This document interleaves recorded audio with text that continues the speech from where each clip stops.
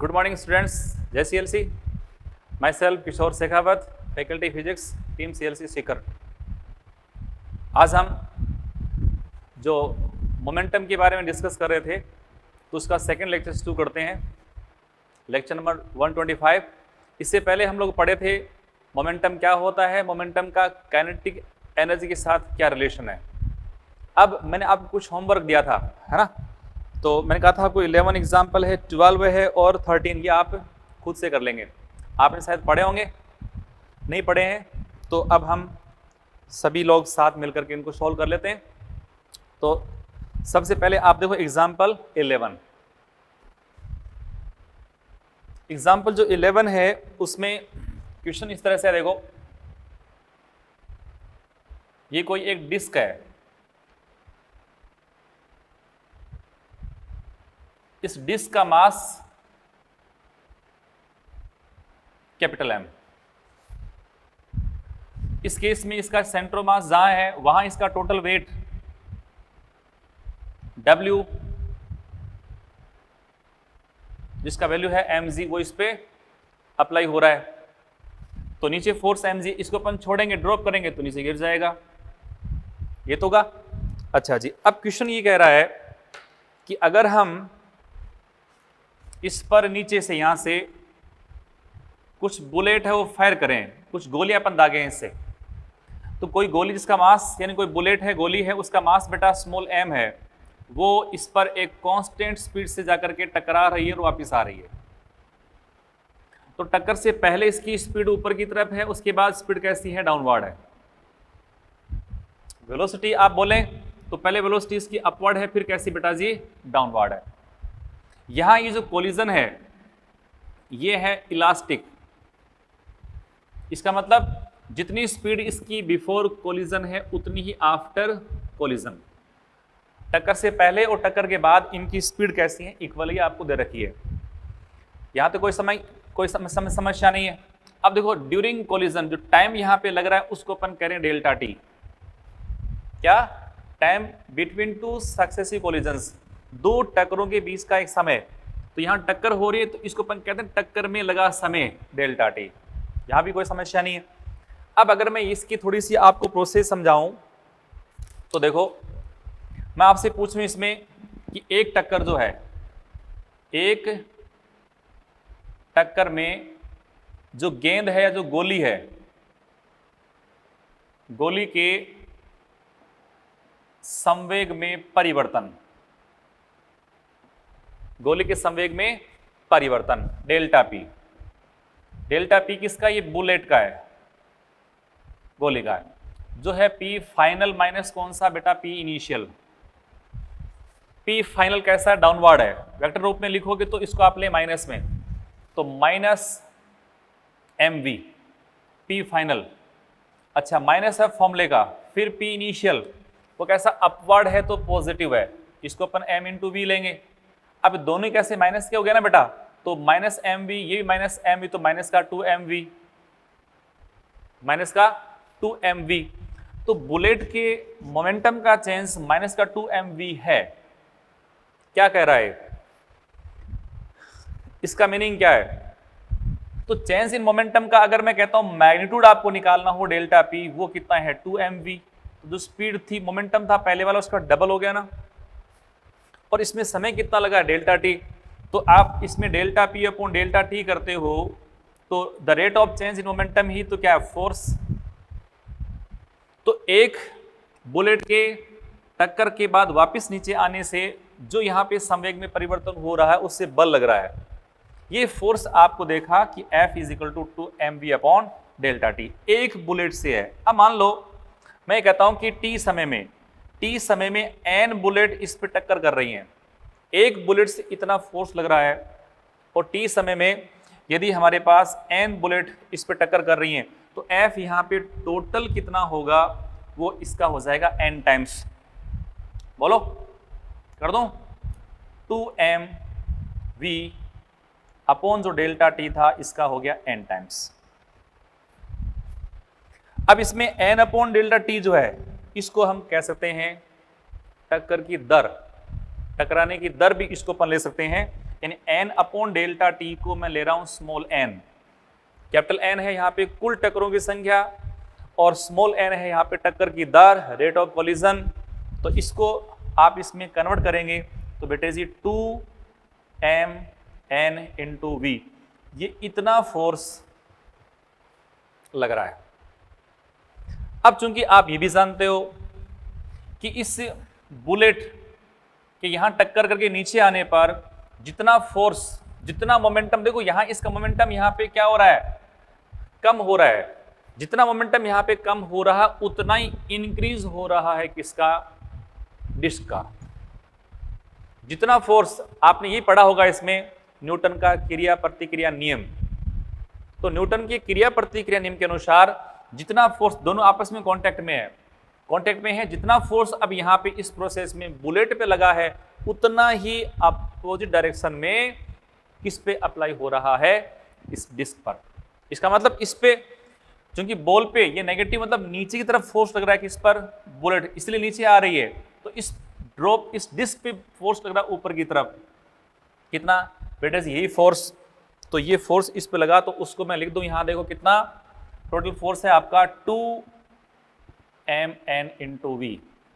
यदि ये फोर्स इसके बराबर हो जाए तो डिस्क हवा में अपने आप को इक्विलिब्रियम में रख सकती है। और आपसे पूछता है what is the condition of equilibrium, तो आप कह सकते हो कि ये फोर्स इसके बराबर है।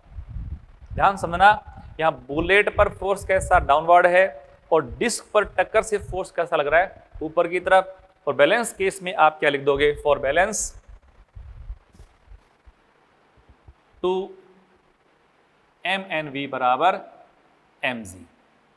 अब इसमें कौन कौन सी प्रॉपर्टी किसको शो कर, ये मालूम होना चाहिए। स्मॉल m यहाँ पे है गोली का द्रव्यमान, n है टक्कर की दर, v है गोली का वेग, m है डिस्क का द्रव्यमान।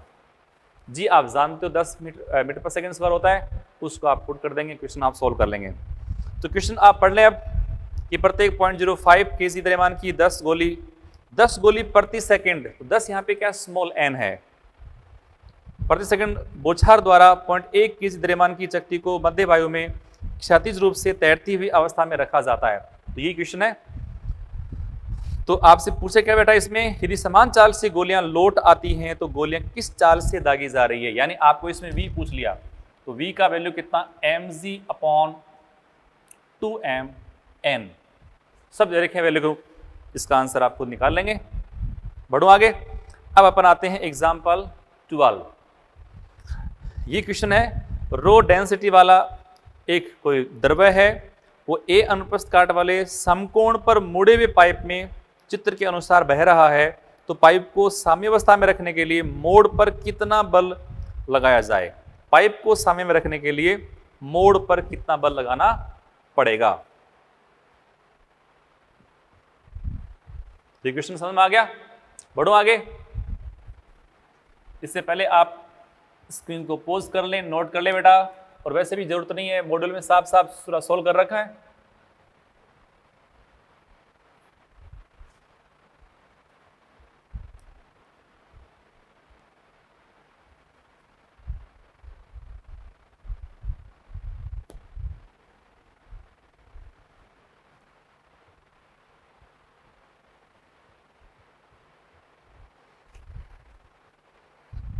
तो इस क्वेश्चन में आपको दिया जा रहा है कि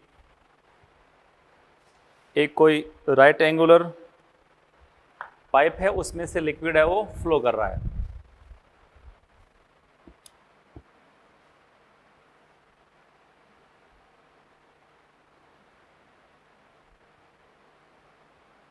ये ए क्रॉस सेक्शन का कोई पाइप है यूनिफॉर्म,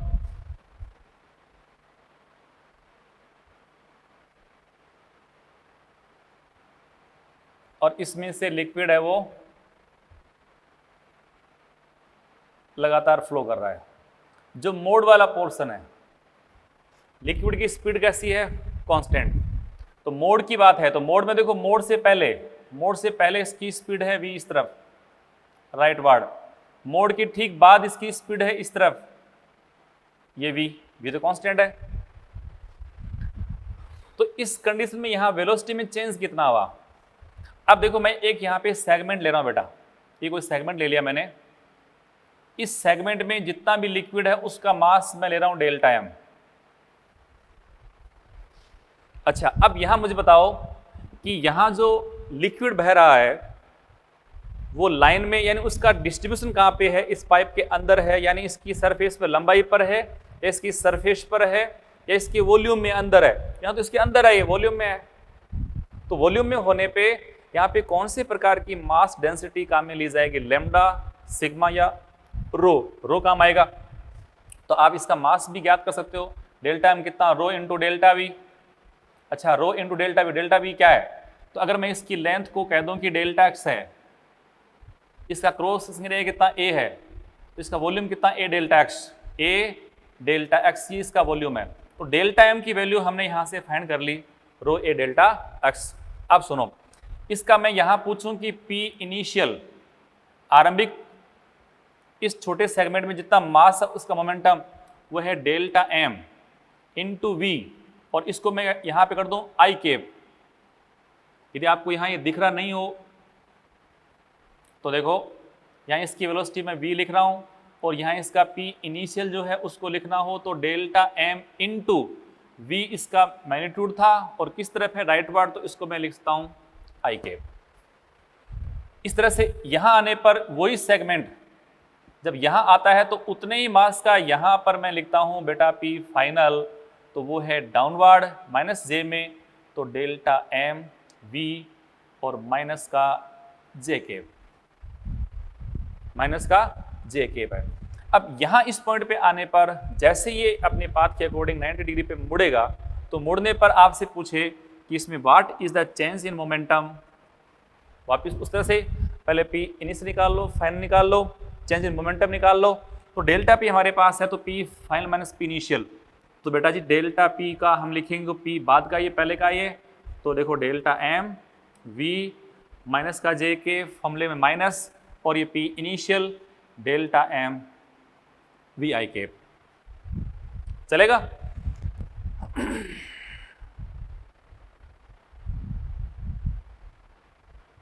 तो ये है डेल्टा एम, और वी को चाहे मैं कॉमन ले सकता हूं, तो आपको मिला यहां पर ये माइनस का, ये दोनों माइनस के हो गए ना, तो चलो मैंने माइनस का डेल्टा एम वी कॉमन ले लिया, तो बचा हमारे पास कौन सा, I cap plus J cap.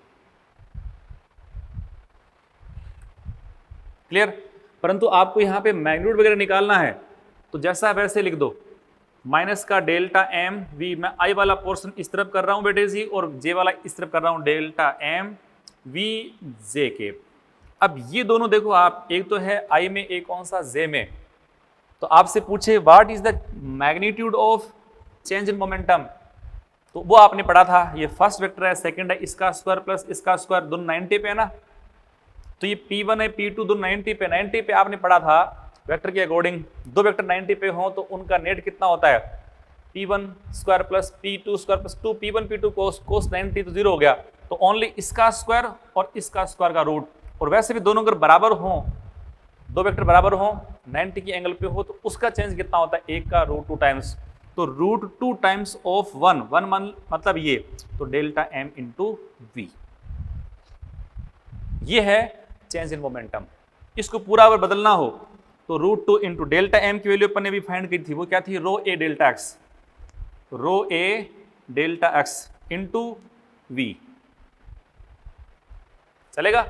ये है यहां पर इस बहते हुए द्रव्य में जो डेल्टा एक्स अल्पांश लिया था उसके द्रव्यमान में संवेग में परिवर्तन।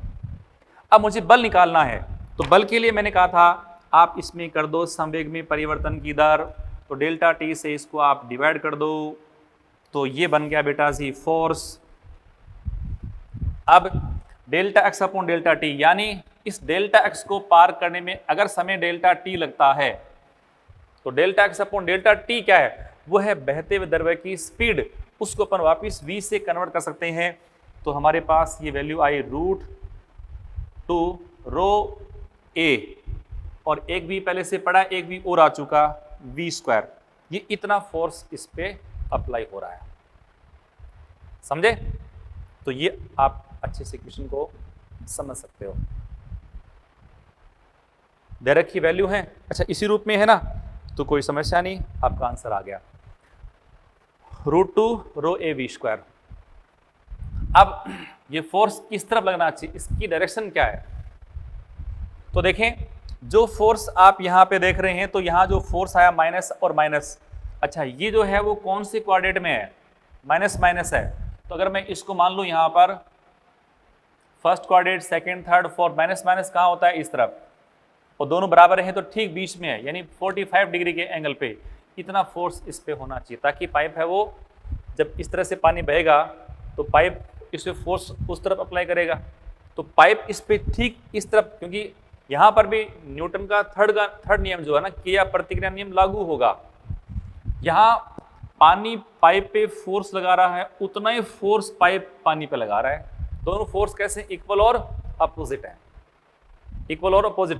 ये बहता हुआ पानी पाइप पे फोर्स लगा रहा है उस तरफ, पाइप कितना फोर्स किस तरफ लगा रहा है? ठीक उसका अपोजिट, वो इस तरफ लग रहा है। ये एफ यहां लग गया, उसका वैल्यू कितना? ये बन रहा है। समझ आएंगे? अच्छा, अब हम आते हैं इसके एग्जाम्पल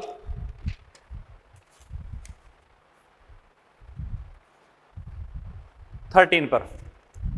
13 के एग्जाम्पल भी वैसे इस तरह के एग्जाम्पल आपने पीछे डिस्कस किए हुए हैं, एक उसी एग्जाम्पल की कड़ी है मान लो, तो इसकी भी थ्योरी मैं आपको बता दूं। यहां पर सबसे पहले एक मान लो m मास की बॉडी है, उसको आप ड्रॉप कर रहे हो, और वो मान लो यहां से h ऊंचाई से आप इसको ड्रॉप कर रहे हो, तो h ऊंचाई से ड्रॉप करने पर यहां इसकी टक्कर से पहले, बिफोर टक्कर यानी बिफोर कोलिजन, इसकी स्पीड कितनी है? v। मैं मान लो उसको इनिशियली वो मेरे बेटे जी है यहाँ पे √2gh, √2gh। अब आपसे यहाँ बोलेगा कि ड्यूरिंग कोलिजन इसकी 75% एनर्जी है वो लॉस हो गई। जब 75% इसकी एनर्जी लॉस हो गई, इसका मतलब जितनी इसकी यहाँ पे काइनेटिक थी के इनिशियल, यहाँ 75 लॉस हो चुकी, तो अब इसकी के फाइनल कितनी है? इसकी 75 अगर लॉस हो चुकी, बची कितनी? 25%। 25% और 25/100, इसका मतलब 1/4 के इनिशियल।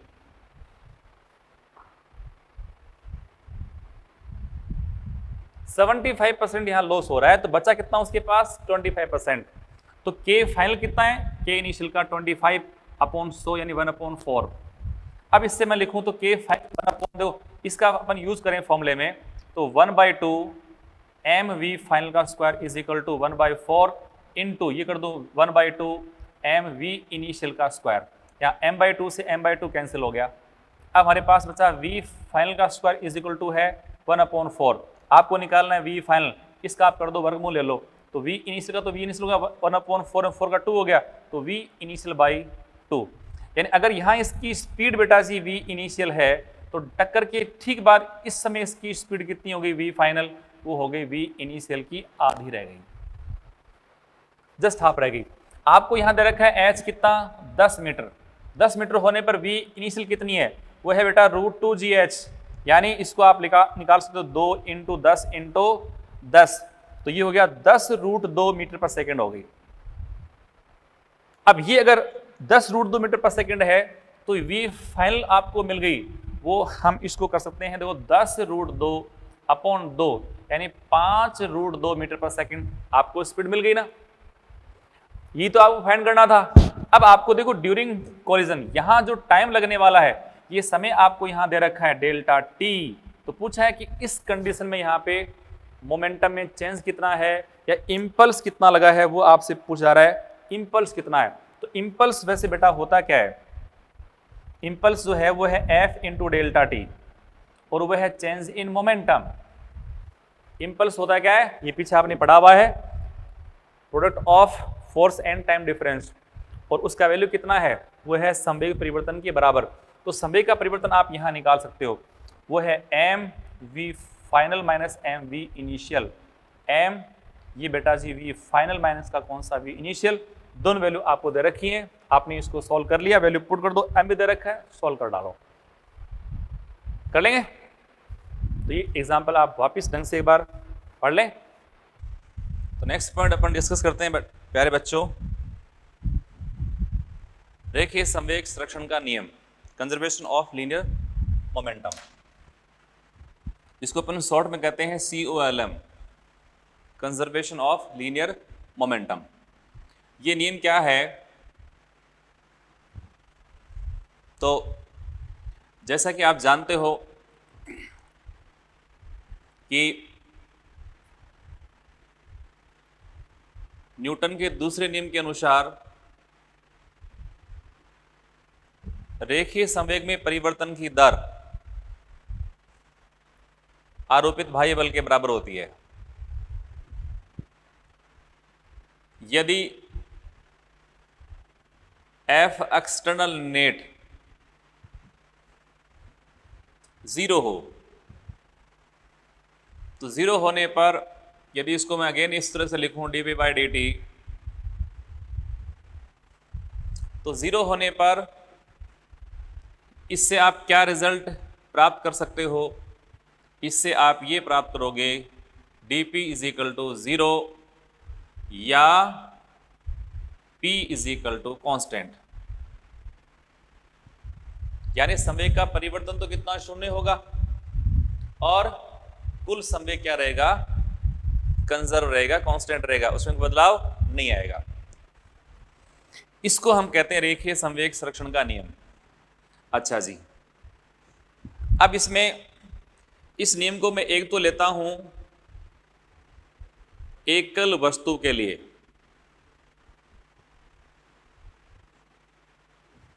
एक ही वस्तु हो। एकल वस्तु के लिए अपन बोलेंगे तो अपन क्या बोलेंगे कि किसी एकल वस्तु पर नेट बाह्य बल शून्य हो तो उस वस्तु का संवेग का परिवर्तन शून्य होगा और संवेग क्या रहेगा? कांस्टेंट रहेगा, है ना। जैसे फॉर एग्जांपल बात ये पूरी यहां लागू करनी है। जैसे मैं कहता हूं ये कोई ब्लॉक है एक, और ये ब्लॉक एक घर्षण रहित सतह पर यानी μ = 0 पर कांस्टेंट वेलोसिटी से या नियत चाल से गति कर रहा है। तो इस पर अभी आप जानते हो नीचे बल कौन सा है बेटा जी? Gravitation force. और इस सरफेस का इस पे ऊपर की तरफ लग रहा है नॉर्मल फोर्स। यहाँ कोई फ्रिक्शन फोर्स है नहीं, तो N या R जो अपन कह रहे हैं, रिएक्शन फोर्स जो है बेटा जी वो mg के बराबर है और F एक्सटर्नल नेट इस पर कितना? 0 है। इस कारण से वस्तु क्या करेगी? लगातार इसी चाल से गतिमान रहेगी, अर्थात इसका संवेग नियत रहेगा।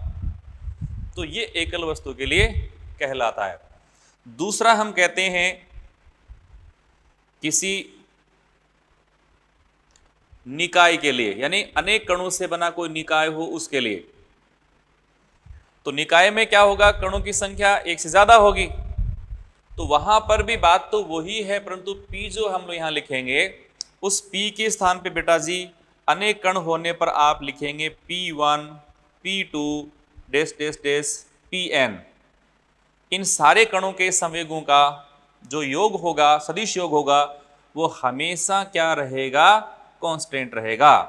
पर शर्त यह है कि इस निकाय पर लगने वाला जो परिणामी बाह्य बल है वो 0 होना चाहिए। कणों से बने निकाय में आंतरिक बलों का योग हमेशा शून्य होता है, इसलिए बाह्य बलों का रिजल्टेंट हमेशा शून्य होना चाहिए। तो आंतरिक बल तो हमेशा कितना रिजल्टेंट? शून्य प्रदान करते हैं। तो बाह्य बल के शून्य होने पर जो अनेक कण होंगे उन सारे कणों के संवेगों का सदिश योग बेटा जी क्या होगा? कांस्टेंट रहेगा। अगर मैं यहां ये कहता हूं कि पहले कण के संवेग का परिवर्तन, दूसरे कण के संवेग का परिवर्तन और इस तरह से जो nवां पार्टिकल है उसके संवेग का परिवर्तन, इनके परिवर्तनों का सदिश योग कितना होगा? 0। बात क्लियर? तो ये किसी निकाय के लिए ये ज्यादा इंपॉर्टेंट है अपने क्वेश्चंस के हिसाब से। इसके भी बहुत सारे एग्जाम्पल है। जैसे एक कोई बम होता है, एटम बम होता है, वो अचानक 2 पिंडों में टूट गया। एक एटम बम है अचानक 3 पिंडों में टूट गया। किसी बंदूक जो है उससे अपन गोली फायर करते हैं तो वहां गोली का बाहर निकलना और बंदूक का पीछे की तरफ प्रत्यक्षित होना, वो भी इसका एग्जाम्पल है। कोई वस्तु उड़ रही थी, अचानक उसमें से अपनी वस्तु को फेंक दी, तो उस इंस्टेंट पर, उस क्षण पर भी आप इसको अप्लाई कर सकते हो। कोई स्प्रिंग है, उस स्प्रिंग से आपने दो मास है वो बांध रखे हैं और उसके बाद आप उसको कंप्रेस करके छोड़ दें, तो छोड़ेंगे तो आप यहाँ इस कंडीशन में भी उस सिस्टम पे अपन क्या लगा सकते हैं, रेखीय संवेग संरक्षण का नियम लगा सकते हैं। बस ध्यान ये रखना है कि बाह्य बल है उसका नेट है वो कितना जीरो होना चाहिए। बात क्लियर? तो ये आपको ध्यान रखना है। तो एकल वस्तु हो चाहे कणों का निकाय हो, दोनों पे आप इसको अप्लाई करेंगे। अब हम इसमें जो इसके अनेक एग्जाम्पल है वो अपन डिस्कस करेंगे। साथ में एक इसमें पॉइंट है एक, वो भी आप ध्यान दें कि जो COLM है, COLM conservation of linear momentum से आप न्यूटन्स थर्ड लॉ, जो न्यूटन का तीसरा नियम है क्रिया प्रतिक्रिया नियम, उसको भी एक्सप्लेन कर सकते हो। जैसे मैं लेता हूं दो कणों से बने निकाय के लिए, दो कणों से बने निकाय के लिए, तो दो कणों से बने निकाय में आपने कहा कि अगर उस पर परिणामी बाह्य बल है वो जीरो है, तो दोनों कणों के संवेगों का सदिश योग कितना, जीरो होगा। संवेग जैसे मैं लिखता हूं इसको, देखो m1 v1 plus m2 v2 बराबर जीरो। यदि हम इसमें इस इक्वेशन का समय के सापेक्ष कर दें अवकलन, तो समय के सापेक्ष अवकलन करेंगे तो प्यारे बच्चों v1 का a1 बन जाएगा, v2 का आपका a2 बन जाएगा। तो मैं इसको ऐसे कह सकता हूं m1 a1 प्लस ये हो गया आपका m2 a2 बराबर जीरो। अब ये m1 a1 क्या है, हमने पीछे भी सेंटर ऑफ मास में बताया था मैंने आपको कि वस्तु पे बल लगाने से त्वरण उत्पन्न होता है। तो ये F1 है, ये पहले कण पे लगने वाला बल है, बाह्य बल। तो ये F1 और ये दूसरे कण पे लगने वाला बाह्य बल है। तो ये हो गया साहब F1 प्लस F2 बराबर जीरो। अब इससे अपन चाहें तो ऐसे लिख सकते हैं ना कि F2 बराबर माइनस F1, और यही क्या होती है न्यूटन्स थर्ड लॉ की कंडीशन, जिसमें आप कहते हो कि क्रिया और प्रतिक्रिया सदैव समान परिमाण के और विपरीत दिशा में होते हैं। ये बात अपन डिस्कस करते हैं, तो ये भी ध्यान रखना है। इसका मतलब न्यूटन का सेकंड नियम है वो जैसे न्यूटन का थर्ड का नियम है, सॉरी जो संवेग जो कंजर्वेशन ऑफ लीनियर मोमेंटम है वो किस जैसा है, न्यूटन के तीसरे नियम के जैसा है। दोनों से ही अपन अनेक प्रकार की समस्याएं हैं, अनेक प्रकार घटनाएं हैं, उनको एक्सप्लेन कर सकते हैं, उनको समझा सकते हैं। बात क्लियर? अब हम इसमें जो किसी सिस्टम के लिए किस प्रकार से COLM अपन लगाते हैं उसके बारे में बात करेंगे। बहुत सारे क्वेश्चंस हैं, उनको डिस्कस करेंगे।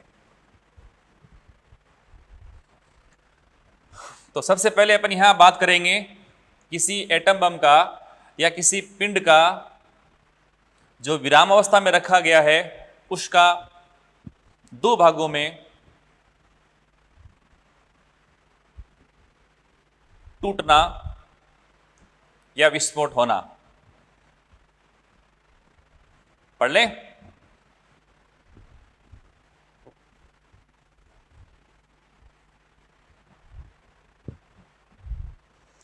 तो फर्स्ट इसका मैं ले रहा हूं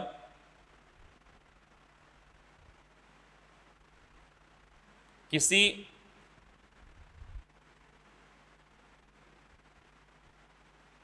m द्रव्यमान के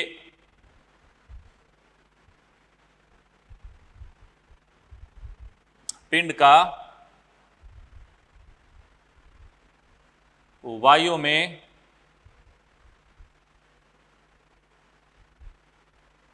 विस्फोट से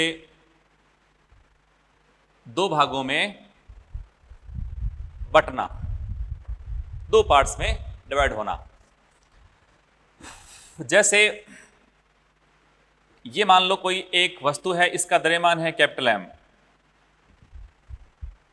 अचानक इसमें विस्फोट हुआ। अब विस्फोट जो होते हैं वो हमेशा आंतरिक बलों के कारण होते हैं। मान लीजिए यहां विस्फोट हो रहा है, तो विस्फोट से अचानक क्या होता है कि इसमें इस वस्तु से दो भाग बनने वाले हैं। इस वाले भाग को मैं कह रहा हूं इसका मास है बेटा जी m1, दूसरे भाग का मास है वो m2 है।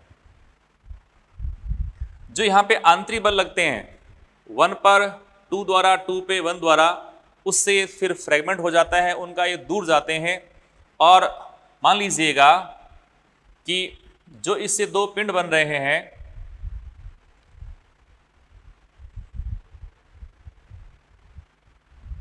इस तरफ वाला एक पिंड बन रहा है, इसका द्रव्यमान बेटा जी m1 है, इसका द्रव्यमान m2 है। जो इस वाले पे, इस पे जो फोर्स लग रहा है F12 और जो इस वाले पे फोर्स लग रहा है F21, उससे क्या होता है, इन पिंडों को जो टुकड़े बनते हैं उनको वेग या संवेग प्राप्त होता है, पर वो इस प्रकार से प्राप्त होता है कि उनका परिणामी हमेशा शून्य होता है। अगर ये पहले रेस्ट में है तो रेस्ट में है तो अपन जानते हैं इनिशियली इसका मोमेंटम कितना शून्य है, तो बाद में कितना शून्य रहेगा। तो हमने कंडीशन ले रखी है कि पिंड का वायु में विस्फोट से दो भागों में बंटना। इसमें मैं बात जोड़ दूं, विराम में स्थित होना कैसा चाहिए, विराम में स्थित पिंड का इस प्रकार से बंटना। अब जैसे ये दो पिंड बन गए, दो पिंड बनेंगे तो इसकी कोई स्पीड होगी, मान लो इसकी स्पीड कितनी बेटा जी v1 है, इसकी वेग की बात करता हूं तो वेग v1 है, इसका मोमेंटम कितना बेटे जी मान लो p1 है, इसकी काइनेटिक एनर्जी मान लो कितनी k1 है। ठीक इसी प्रकार से इसकी वेलोसिटी स्पीड है v2 है, वेलोसिटी मान लो v2 है, इसका मोमेंटम कितना है p2 है, इसकी काइनेटिक एनर्जी बेटा जी k2 है। बस इन सब का हमें यहाँ पे जानकारी रखनी पड़ेगी, ये किस प्रकार से बनते हैं, कहाँ इनके वैल्यू होते हैं, उसकी बात की जाएगी। अच्छा जी, तो अब मैं इसके विशेष पॉइंट है उनकी चर्चा करता हूँ। आप जानते हैं रेस्ट में है इनिशियली, तो पहले इसका मोमेंटम कितना है बेटा जी 0 है इनिशियली। तो बाई कॉलम यदि मैं यहाँ करता हूँ by column conservation of momentum, तो वो कहता है कि P final is equal to P initial, ये तो अपन करते। अब P फाइनल तो यहाँ पे क्या था, सॉरी P इनिशियल तो कितना शून्य था, तो P फाइनल यहाँ पे दो पार्टिकल है उनका, तो जो मैंने अभी लिए हैं इसमें P1 P2, तो P फाइनल बेटा जी है कितना P1 प्लस P2, और इनिशियल कितना था आपका शून्य। इसी से अपन सॉल्व करें तो P2 बराबर कितना माइनस का P1। ये क्या कहता है कि दोनों जो पार्टिकल यहाँ बनते हैं, दो जो विस्फोट होने से भाग बनते हैं, उनके संवेग किस प्रकार से हैं, उनके संवेग है परिमाण में समान और दिशा में विपरीत है। अब परिमाण में समान है तो मैं इसको ऐसे लिख सकता हूं कि P1 बराबर P2 परिमाण के रूप में, या लिखूं इसको M1 V1 बराबर M2 V2। इससे अगर मान लो हमें वेलोसिटी का रेशो देखना हो V1 बाई V2, तो हमें इसका वैल्यू मिल रहा है बेटा जी M2 बाई M1। इसका मतलब ये भी है कि V समानुपाती कैसा है 1/m है। जो भारी भाग है उसकी स्पीड कैसी कम होगी, जो हल्का भाग होगा जिसका मास कम होगा उसकी स्पीड ज्यादा होगी, जितना अधिक इसमें होगा। अब यही कंडीशन लागू होती है जो बंदूक और गोली निकाय होता है। बंदूक से फायर अपन करते हैं तो वहां भी एक आप इसको ऐसे मान सकते हो कि बंदूक एक द्रव्यमान कैपिटल की थी, उससे दो फ्रेगमेंट बन गए, गोली वहां से बाहर निकल गई तो बंदूक पीछे रिकॉइल होती है, तो वो जस्ट इसी जैसा ही एक कॉन्सेप्ट है, कोई अलग से नहीं है। वहां पर भी ये बात लागू होंगी। वहां जैसे बात करता हूं तो गोली है जिसका द्रव्यमान कितना m है, बहुत छोटा है, उसकी स्पीड बहुत ज्यादा होती है। यदि अपन बात करते हैं बंदूक की, बंदूक का मास कैसा ज्यादा होता है तो उसकी स्पीड कैसी कम होती है। इसका मतलब जैसे अपन किसी बंदूक से गोली फायर करते हैं तो गोली बहुत तेज निकलती है, परंतु बंदूक जो है वो कम वेग से पीछे प्रत्यक्षित होती है, रिकॉइल होती है, वो उसकी मास के कारण होता है। अच्छा जी, एक बात हो गई। दूसरी बात मैं कहता हूं कि यहां पर विस्फोट से जो इसके अंदर रासायनिक ऊर्जा होती है उसका वहां पर क्या होता है, काइनेटिक एनर्जी में कन्वर्जन होता है। यहां जो रासायनिक ऊर्जा होती है, रासायनिक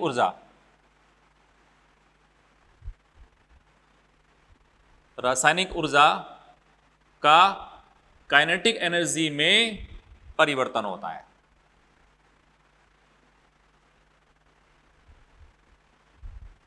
बात क्लियर? अब मान लो कि जो रासायनिक ऊर्जा है उससे जो काइनेटिक एनर्जी बनती है, मैं कहता हूं यदि कुल उत्पन्न गतिज ऊर्जा के है तो यदि इस कंडीशन में जो रासायनिक ऊर्जा काइनेटिक में कन्वर्ट हो रही है उसका मान मैंने के ले लिया, तो अब ये किस तरह से दोनों पार्टिकल में डिवाइड होती है वो हमें ज्ञात करना आना चाहिए। तो उसके लिए आप देखो कि काइनेटिक एनर्जी का फॉर्मूला बेटा जी होता है p²/2m। हम जानते हैं p तो है कांस्टेंट। अब जब p कांस्टेंट है तो इससे आपको क्या मिला कि k समानुपाती 1/m, k 1/m के समानुपाती हो गया। यदि मैं इसको लिखूं k1/k2 तो कितना आना चाहिए वैसे 1/m1/1/m2। यदि इसको आप m1 m2 से गुणा करोगे, m1 m2 से गुणा कर दोगे तो हमें यहां मान मिलेगा इसका बेटा जी क्या, m2/m1। अब ऐसा करने के पश्चात आप यहां से k1 का मान भी ज्ञात कर सकते हो, इससे k2 का मान भी ज्ञात कर सकते हो। तो k1 कितना आएगा, ये है देखो m2 अपॉन दोनों का सम यानी m1 plus m2 into total kinetic energy. एक भाग की तरह की एनर्जी हो तो टोटल भी आप निकाल सकते हो इसी का उपयोग करते हुए। k2 का मान कितना आ जाएगा, ये है m1 upon m1 plus m2 into k। समझे? अब इसमें देखो आप यहां पर भी आपको बात पता लग रही है कि k 1/m के समानुपाती है या द्रव्यमान की व्युत्क्रमानुपाती है। तो ऐसे में जो हल्का भाग होगा जिसका मास कम होगा उसकी काइनेटिक एनर्जी कैसी होगी, ज्यादा आएगी। तो कुल मिला के देखो आप v भी समानुपाती कैसा 1/m है, काइनेटिक एनर्जी भी समानुपाती 1/m है। अर्थात जो भाग जितना हल्का होगा उसकी स्पीड और उसकी गतिज ऊर्जा उतनी ही ज्यादा आएगी। बात क्लियर? कोई इसमें समस्या नहीं है? हाँ, बस मोमेंटम कैसे हैं वो दोनों के, चाहे हल्के कण हैं चाहे भारी हैं, मोमेंटम समान होंगे, परंतु हल्का भाग है वो तेज चलेगा, उसकी काइनेटिक एनर्जी ज्यादा आएगी। क्लियर? ये आपको दो पार्ट्स बनने के केसेस में अप्लाई करना है। अब मैं इसी के साथ एक पॉइंट और लेता हूं, और वो लेता हूं बेटा दूसरा ले लेता हूं, विराम में स्थित किसी m द्रव्यमान के पिंड का वायु में विस्फोट से मैं लेता हूं 3 भाग बनना। और 3 भाग बनने के जो एग्जाम्पल्स हैं नीट में बहुत ज्यादा पूछे जा रहे हैं, बहुत ज्यादा पूछे जा रहे हैं, तो बहुत ज्यादा ही इंपॉर्टेंट है, तो इसको भी हम पढ़ लेते हैं।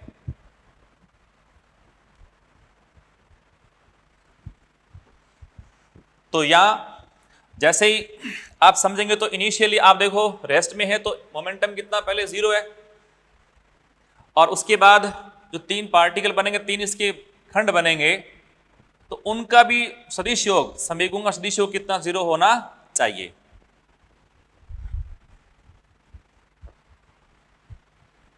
तीन भाग यहां बनने वाले हैं। तो थ्योरेटिकली अगर मैं पहले इसमें कहता हूं तो आप ये समझ सकते हो इसमें पहली बात कि चूंकि पहले रेस्ट में है तो इनिशियली उसका मोमेंटम कितना, 0 है। दूसरा, जब 3 पार्टिकल बनेंगे तो उसका जो P फाइनल होगा वो होगा कितना वैसे, P1 plus P2 plus P3। और कंजर्वेशन ऑफ लीनियर मोमेंटम के नियम के अनुसार आप जानते हैं P final equal to P initial, ये होना क्या चाहिए प्यारे बच्चों, P इनिशियल बराबर जो है कितना, 0 है। बात क्लियर? अब इससे देखो मैं ये कह सकता हूं कि P3 मुझे अगर फाइंड करना हो तो क्या हो जाएगा, ये minus of P1 plus P2। तो तीसरा खंड होगा उसका रेखीय संवेग जो होगा वो दो जो खंड बनेंगे उनके रेखीय संवेगों के सदिश योग के ठीक कैसा विपरीत होगा, इसके परिमाण के बराबर और ठीक विपरीत होगा। अब तो इसी कंडीशन को, जैसे यदि मैं आपसे कहता हूं कि इसको आप वेक्टर एनालिसिस के आधार पे कैसे बताओगे, तो मैंने बोला वैसे आप इसको समझ जाओगे, परंतु फिर भी देखो परिमाण के रूप में अपन क्या बोलेंगे कि P1 P2 मान लो थीटा एंगल पे हो। जैसे इसका मैं एग्जांपल ले लूं, देखो आप ये कोई एक m द्रव्यमान का ब्लॉक था या बम था, रेस्ट अवस्था में है, इसका मोमेंटम कितना, 0 है। अचानक इससे क्या होता है बेटा जी, 3 पिंड बनते हैं जिसमें से मान लो ये पहला भाग है, इसका मास कितना है m1, एक भाग इससे और बन गया बेटा जी इसका, उसका मास मान लो कितना m2, 2 भाग बन गए। इसकी वेलोसिटी मान लो बेटा जी v1, इसकी वेलोसिटी मान लो कितनी v2, मोमेंटम भी मान सकते हो इसका कितना p1, इसका मोमेंटम मान लो बेटा जी कितना p2। वेक्टर के साथ इसको आप आराम से समझ सकते हो। और ये दोनों जो भाग हैं, दोनों भाग परस्पर थीटा कोण पर गति करते हैं। जब थीटा कोण पे गति करेंगे तो देखिए पहले p1 प्लस p2 को हमने वेक्टर रूप में शो कर दिया। अब देखो मैं कहता हूं कि p3 जो है उसका परिमाण ज्ञात करूंगा तो कितना आएगा, वो p1 और p2 के सदिश योग का जो परिमाण है उसके बराबर। तो आप इसको जब समांतर चतुर्भुज के नियम से इसको आप जोड़ेंगे तो जोड़ने पे देखो ये इसका आ रहा है रिजल्टेंट। इसको मैं चाहूं तो वेक्टर p1 प्लस p2 से दर्शा सकता हूं। ये वाला ये p1 प्लस p2 वेक्टर है, वेक्टर का अपन ने यहां यूज करा है। अब देखो आपने कहा कि p1 प्लस p2 तो उस तरफ आया ना, तो तीसरा भाग इससे बनेगा। वो तीसरा भाग जस्ट इसके ठीक विपरीत, जस्ट इसके ठीक विपरीत m3 जो होगा वो गति करेगा और इसका मोमेंटम बेटे जी वो कितना है p3 और इसकी स्पीड अगर माननी हो तो कितना v3। अर्थात तो p3 होगा वो p1 और p2 के परिमाण के बराबर और ठीक विपरीत होगा। इस तरह से यहाँ पे गतियां होंगी। अब ये चीज आप यहाँ पे इस्तेमाल करते हो तो देखो मैं आपसे पूछूं कि p1 और p2 तो थीटा कोण पे हैं तो उसका परिणामी कितना आया, रिजल्टेंट कितना है, ये इसका परिमाण कितना है, इसका परिमाण कितना, इसका परिमाण तो p3 है पर उसका कितना है, दोनों थीटा कोण पे हैं। तो देखो आप परिमाण के रूप में जो p3 होगा वो कितना है p1 स्क्वायर p2, समांतर चतुर्भुज नियम यूज कर रहा हूं मैं, 2p1 p2 cos थीटा इसका रूट। बात क्लियर? अच्छा जी, यदि जो दो खंड बनते हैं m1 m2 समान द्रव्यमान के हैं तो उनके समान वेग ही बनेंगे। जब समान द्रव्यमान के हैं समान उसके वेग होंगे तो मैं कहता हूं यदि p1 बराबर p2 बराबर p है तो p1 p2 समान परिमाण के हैं तब आप क्या कह सकते हो। अब ये कंडीशन देखो आपने वेक्टर एनालिसिस में ढंग से पढ़ी थी, तो उस कंडीशन में देखो मैं p3 को क्या ले सकता हूं। आप देखो ये बन गया p स्क्वायर, ये भी कौन सा p स्क्वायर, ये कितना 2p स्क्वायर, फिर आप इसमें से p स्क्वायर अगर कॉमन लेंगे सॉल्व करेंगे तो सॉल्व करने के पश्चात इसका आपको रिजल्ट मिलेगा 2p cos थीटा बाई 2। सदिश योग आपने पढ़े होंगे कि दो सदिश समान परिमाण के थीटा कोण पे हो तो उनका सदिश योग कौन सा, ये वाला है। दो सदिश समान परिमाण के हो उनका अपन करते हैं अंतर, डिफरेंस करते हैं तो उनका परिणामी कितना आता है 2p sin थीटा बाई 2 आता है। अब सदिश का उपयोग है ये सीधा आपको याद रखना चाहिए।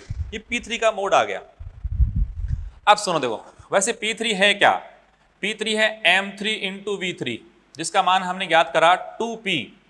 अब p यहाँ दो भाग हैं समान परिमाण के हैं तो चाहो तो इसको p एक बार छोड़ देता हूं 2p और ये है cos थीटा बाय 2। जब इतनी बात कर ली है तो हम सदिश का एनालिसिस भी यहाँ पे काम में ले लें।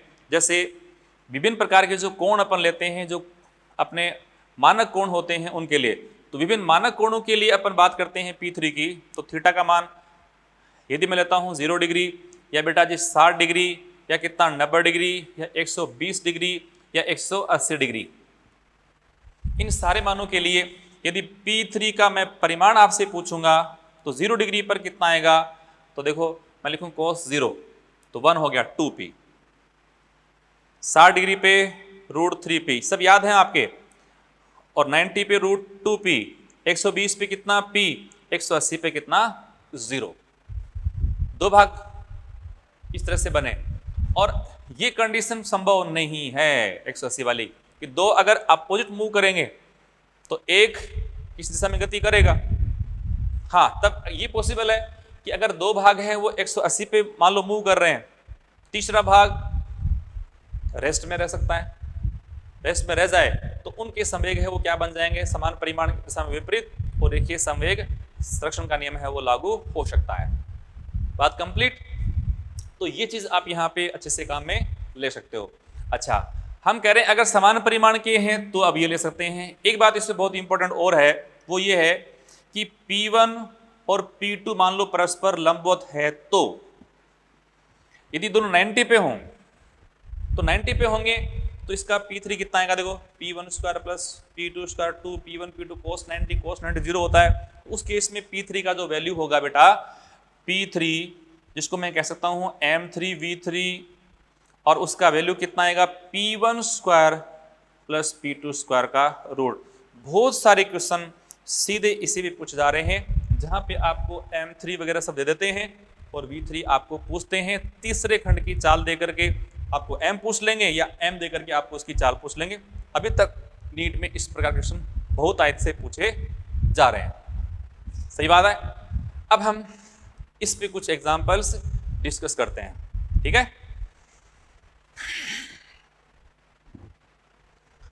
ज्यादा इसमें कुछ भी है नहीं अलग से, 2 भाग में टूटना अथवा 3 में टूटना, 2 भाग के बहुत सारे केस आप पढ़ सकते हो, उसके क्वेश्चंस भी बहुत सारे बन सकते हैं।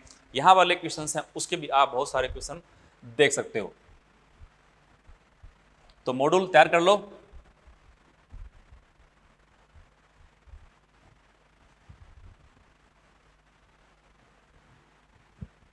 बस क्वेश्चन जब आए तो बस ध्यान रखना कि 2 भागों में टूट रहा है अथवा 3 में। 2 भाग अगर हैं, और ये भी ध्यान से पढ़ना पहले कि आरंभ में रेस्ट में है अथवा नहीं है। रेस्ट में है तभी P इनिशियल है, तो P फाइनल बाद का कुल 0 होगा।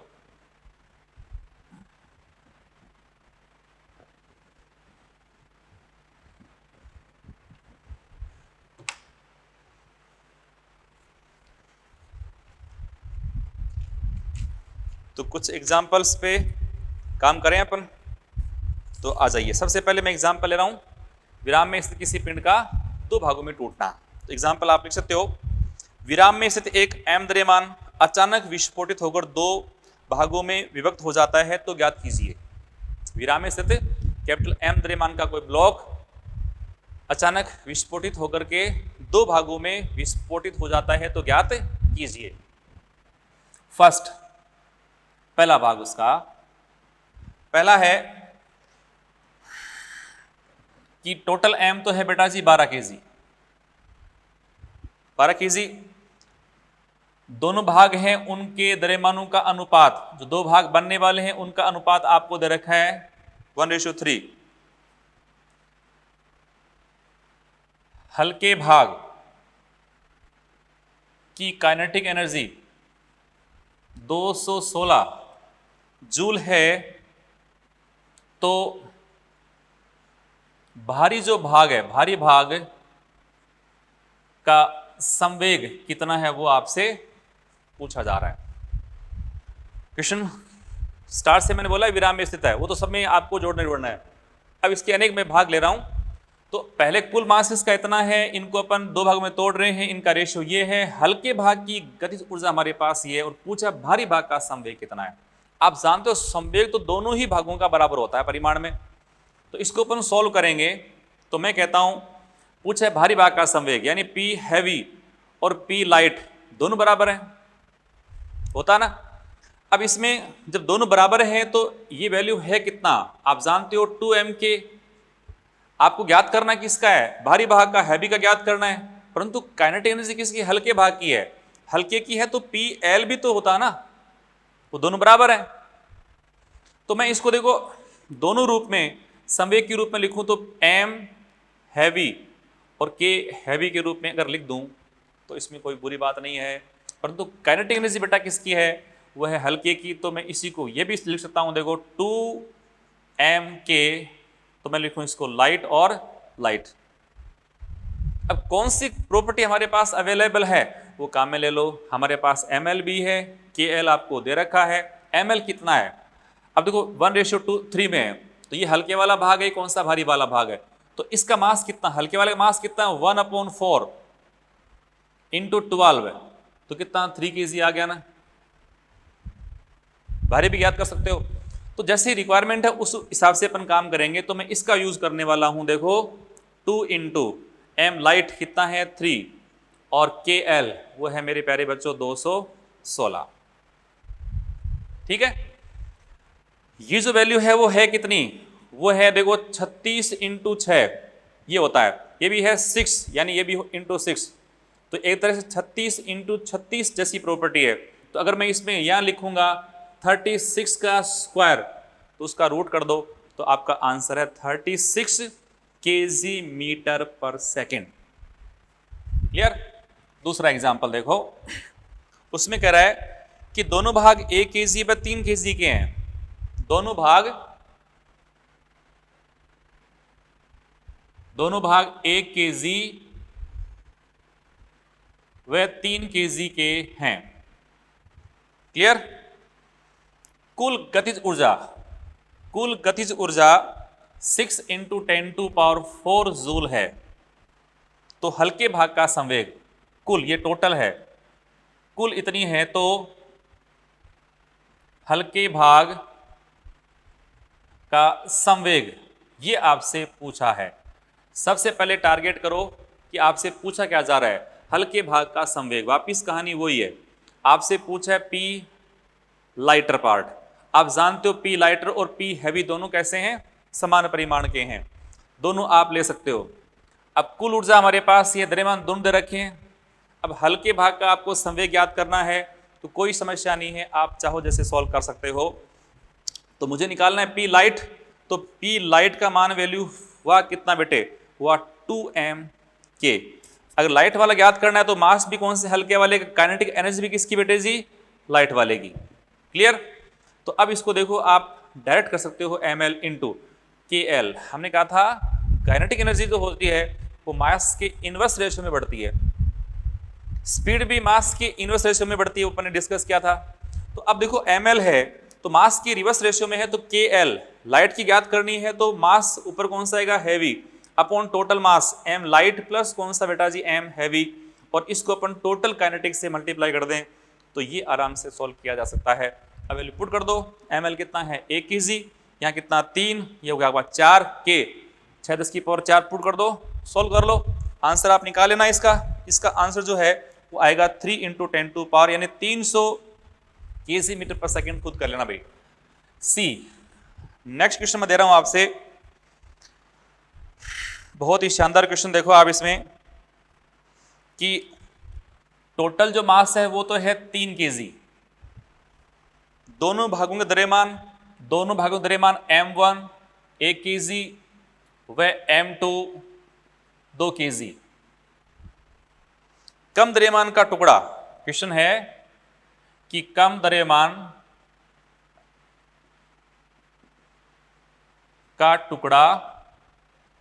का टुकड़ा 80 मीटर पर सेकेंड, 80 मीटर पर सेकेंड से गति करे,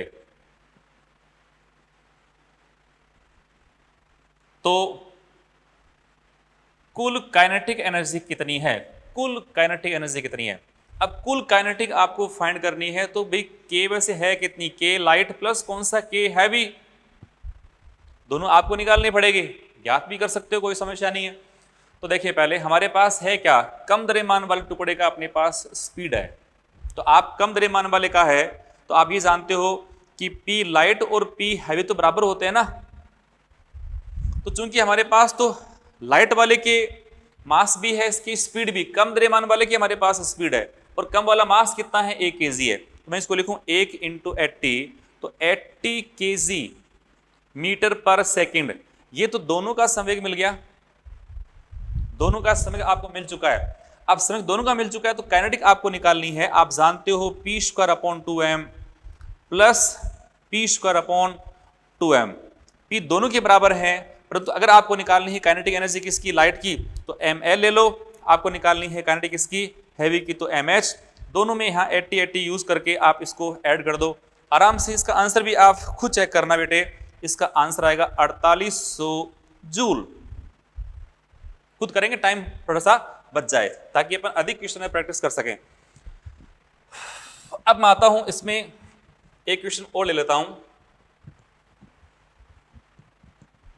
बहुत शानदार क्वेश्चन है। देखो ऐसा क्वेश्चन मैं एक और ले रहा हूं बेटा, उसमें क्वेश्चन इस प्रकार से है कि टोटल मास है 20 kg, दोनों भागों का द्रव्यमान 2:3 है, दोनों भागों का द्रव्यमान 2:3 है, छोटे भाग का वेग 6 मीटर पर सेकंड है, छोटे भाग का वेग 6 मीटर पर सेकंड है, तो बड़े भाग की काइनेटिक एनर्जी ज्ञात करो। बड़े भाग की काइनेटिक एनर्जी ज्ञात करो। तो फिर देखें क्वेश्चन,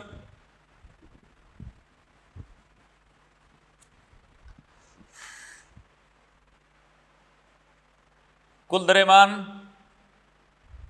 20 केजी, विस्फोट होने पे दो भाग बनते हैं, उनका रेशियो है बेटा 2:3। छोटे भाग का वेग, यानी ऐसे कह दूं कि स्मॉल, छोटा नहीं वाला, छोटे भाग का वेग लिख दूं, छोटे भाग का वेग है 6 मीटर पर सेकेंड। तो बड़े भाग की काइनेटिक एनर्जी, यानी काइनेटिक एनर्जी किसकी, हैवी की, सॉल्व कैसे करेंगे? तो काइनेटिक एनर्जी बेटा जी हैवी की आप ज्ञात करते हो तो वह है कितना, p²/2m। m भी कौन सा, mh। p मिल जाए तो काम हो जाए। अब आप जानते हो तो p हैवी और p लाइट तो आपस में बराबर हैं, तो आप इसमें p हैवी ज्ञात करना चाहते हो तो p लाइट वो है m, लाइट वाला कौन सा, m1, और v कौन सा बेटा जी, v1। v1 आपको दिया हुआ 6 मीटर पर सेकंड, तो m1 निकालना है। अब देखो मास 20 के जो बांटो 2:3 में, तो याद कर दो m1 कितना है, 2/5, 2/5 इंटू टोटल मास कितना 20, ये तो इसका मास आ गया, इंटू वेलोसिटी कितनी 6, 5 चौक 20, 4 दूने 8, 8 6 48, ये 48 केजी मीटर पर सेकंड SI सिस्टम में आपको मिल चुका है मोमेंटम। अब इसको यहाँ पे पुट कर दो, इसको सॉल्व कर दो, और इसका आंसर मेरे प्यारे बच्चों 96 जूल आ जाएगा। ये आप खुद सॉल्व कर लें, ठीक है। तो इस तरह से हमें दो भाग बनने के क्वेश्चंस हैं वो टेकल करने, जहां मोमेंटम दोनों का बराबर है, वो ज्यादा हमारे काम का है। अब मैं आता हूं, इसके एग्जाम्पल लेता हूं 3 भाग के लिए। तो 3 भाग के क्वेश्चंस अपन डिस्कस करते हैं। थ्योरी में आपको बता चुका हूं, वहां सबसे इंपॉर्टेंट था कि P3 जो है वो बेटा है कितना, उसका परिमाण है वो P1² plus P2² plus 2P1 P2 cos θ बराबर है।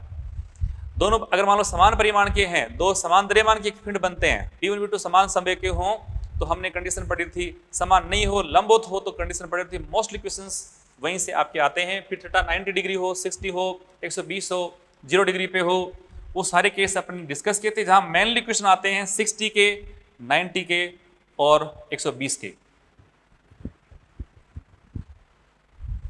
तो इसके मैं कुछ क्वेश्चंस आपको बता देता हूं। एक तो देखो, जो अपना मॉड्यूल है ना, उस मॉड्यूल में जो 4th स्टेज है ना, उस स्टेज में बेटे क्वेश्चन जो है ना, स्टेज 4th का एक तो क्वेश्चन नंबर 1 और एक क्वेश्चन नंबर 12 है, ये अपन लोग डिस्कस कर लेते हैं पहले। कितने प्यारे क्वेश्चन है, तो आप प्रश्न देखना पहले। स्टेज 4 जो है उसके पार्ट ए का क्वेश्चन 1, उसमें क्वेश्चन ये दे रखा है अपने को कि 1 केजी का एक भाग, क्वेश्चन तो वैसे ये है कि विराम में स्थित एक बम जिसका मास है कैपिटल M विस्फोटित होकर 3 भागों में विभक्त हो जाता है। अब कह रहा है कि 1 केजी का एक भाग 12 मीटर पर सेकंड से तथा 2 केजी का दूसरा भाग 8 मीटर पर सेकंड से परस्पर लंबवत गति करते हैं। तो गति इस तरह से, देखो एक भाग इस तरफ गति कर रहा है, दूसरा उसके ठीक 90 पे गति कर रहा है।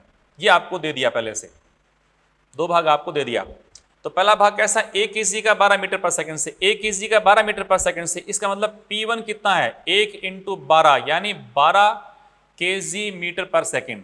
ये इसका पहले का मोमेंटम आ गया। दूसरे वाला बेटा जी 8 केजी का, सॉरी 2 केजी का है और 8 मीटर पर सेकंड से मूव कर रहा है, तो इसका मोमेंटम 2 केजी 8, 8 × 16, तो P2 का परिमाण कितना आ गया, 16 केजी मीटर पर सेकंड। दोनों 90 पे मूव कर रहे हैं। जब 90 पे मूव कर रहे हैं तो इनका दोनों का नेट मोमेंटम कितना हुआ ये, और इसको मैं कह सकता हूं देखो 12 का स्क्वायर और 16 का स्क्वायर का रूट, तो ये हो गया आपका 20 केजी मीटर पर सेकंड। क्यों आप जानते हो ना, 3 का स्क्वायर प्लस 4 का स्क्वायर कितना, 5 का स्क्वायर। मैं इसको लेता हूँ 6 का स्क्वायर प्लस कितना 8 का स्क्वायर बराबर कितना बेटा जी 10 का स्क्वायर।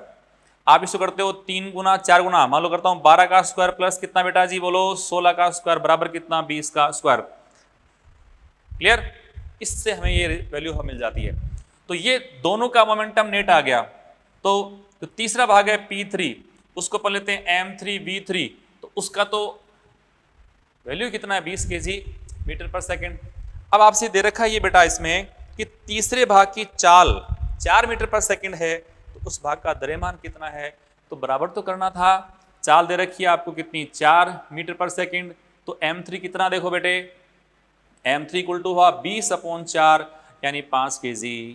तो आप पहले इन P1 P2 का नेट याद कर लो, उसको P3 बराबर कर दो, आसानी से आपका प्रश्न हो जाएगा।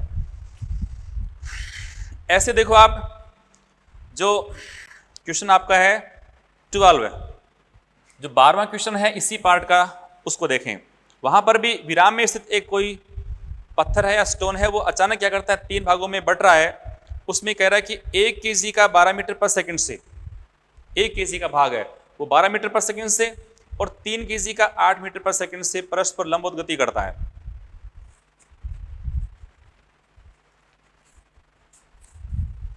एक kg का, वापिस वही कहानी देखो, यदि इसी में बता दूं वहां 1 kg का 12 से, तो वापिस ही 12 आ गया हो तो। और दूसरे वाले में कह रहा है बेटे 3 kg का 8 से, तो 3 × 8 कितना 24, ये हो गया आपका 24 आपस में 90 पे। तो अब ये नेट कितना होगा वो इसके बराबर, यानी कुल मिला के आपको करना क्या है, आप करना है P3 बराबर क्या है, वो है P1 P2 का नेट, आपस में 90 पे है। तो 12 और 24 देखो, 12 का स्क्वायर प्लस मैं कर दूं इसको 24 है, इसका भी स्क्वायर का रूट। P3 हो गया आपका M3V3 बराबर ये। अब देखो इसको मैं ऐसे लिख सकता हूं ना, 12 गुणा 2 का होल स्क्वायर, जिसमें से आप 12 स्क्वायर कॉमन ले लो। 12 स्क्वायर यहां भी कॉमन लिया आपने, यहां भी कॉमन लिया, 12 स्क्वायर यहां कॉमन ले तो यहां बचा 1 का स्क्वायर, यहां बचा 2 का स्क्वायर। अब जो 12 स्क्वायर आपने कॉमन लिया ना बेटे जी, उसको मैं रूट के बाहर ले लूँ तो 12 आ गया, यहाँ बचा 1 का स्क्वायर 1, यहाँ 2 का स्क्वायर कितना 4, 4 प्लस 1 कितना बेटे 5। क्लियर? तो ये है 12 × √5 कितना होता है 2.23, याद रखना चाहिए अपने को। अब दो इसमें क्वेश्चन आपसे डिमांड क्या कर रहा है, डिमांड कर रहा है कि तीसरा टुकड़ा 4 मीटर पर सेकेंड से चले तो उसका द्रव्यमान कितना है। ये आपको दे रखा है 4 मीटर पर सेकंड, तो M3 ये आपसे पूछा है। तो बेटा ये है 12 × 2.23/4, 4 × 12। तो ये आपका 3 को 3 से गुणा करो 9, ये 6.69 kg, ये इसका मास आ जाएगा। और इसी तरह से अपने को और बहुत सारे क्वेश्चंस हैं वो टेकल करने हैं। बताओ कर लेंगे ना।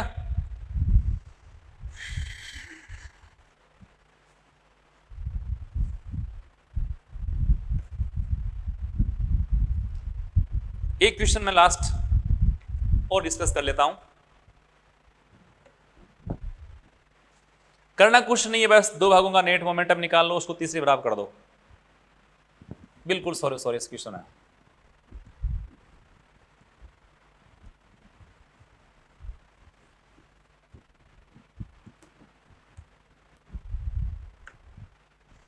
हाँ जी, क्वेश्चन ये है, इसी में कह रहा हूं कि एक कैपिटल M द्रव्यमान का कोई ब्लॉक था, अचानक उसका विस्फोट हुआ, विस्फोट होने से 3 भाग बने, और जो 3 भाग बन रहे हैं M1:M2:M3, वो आपको दे दिए हैं बेटा जी 1:1:3, 1:1:3 में बढ़ जाता है। समान द्रव्यमान के 2 भाग, क्वेश्चन कह रहा है कि समान द्रव्यमान के 2 भाग 30 मीटर पर सेकंड से, 30 मीटर पर सेकंड से परस्पर लंबवत गति करते हैं, तो तीसरे भाग की चाल कितनी है वो बताइए। तो अब देखो, इसको या तो कुल मास कैपिटल M मानो, इसको ऐसे बांटो, या अपने क्वेश्चन को अगर सही करना है सीधा सीधा तो आप इसको ऐसे मान लो ना कि m और 3m ज़्यादा बेटर रहेगा। m और या 1 kg और 3 kg मान लो, और ज़्यादा आसान रह जाएगा। इसको आप करते हो 1 kg, इसको मान लो कितना 1 kg, इसको मान लो कितना 3 kg, तो m का भी टंटा खत्म हो जाएगा, वो भी इसमें आपको दिखेगा नहीं। तो प्रश्न था समान द्रव्यमान के दो भाग 30 मीटर पर सेकंड से परस्पर लंबवत गति करते हैं। तो देखो परस्पर 30 मीटर पर सेकंड से 90 पे मूव कर रहे हैं, तो इसका स्पीड कितना 30 मीटर पर सेकंड है, ये भी बेटा कितना 30 मीटर पर सेकंड है। क्लियर। अब मैं इसको अगर 1 से गुणा कर दूं मोमेंटम बन गया, इसको भी 1 से गुणा कर दूं मोमेंटम बन गया, दोनों बराबर हैं और दोनों 90 पे हैं। 90 पे होने पर इसका नेट कितना होता है, इसका रूट 2 गुना, तो ये हो गया आपका रूट 2 गुणा 30, इसी के बराबर है तीसरा भाग। तो उसमें देखो मास कितना है 3m इंटू v3, और वो किसके बराबर है, इसके बराबर। क्वेश्चन आपका हो गया। यानी देखो मुझे अगर यहाँ पे 3m v3 बराबर हो गया देखो रूट 2 इंटू 30, और m कितना 3 kg ले रखा है अपन ने, हटाओ इसको, 3 kg ले रखा ना, और वैसे आप एक m लेंगे तो m से m कट जाएगा, कोई इश्यू नहीं। अलग से आपको v3 फाइंड करना है, उड़ाओ इसको, कितना हुआ 10, तो v3 बेटा जी हो गया आपका 10 रूट 2, यानी 10 इंटू 1.414, तो ये 14.14 मीटर पर सेकेंड, ये इसका राइट आंसर हो जाएगा। क्लियर। तो इस तरह से आप इन क्वेश्चंस को सॉल्व करेंगे। हम इस लेक्चर को यहीं समाप्त करते हैं, नेक्स्ट पार्ट अपन आगे पढ़ेंगे। ओके, थैंक यू, जय CLC।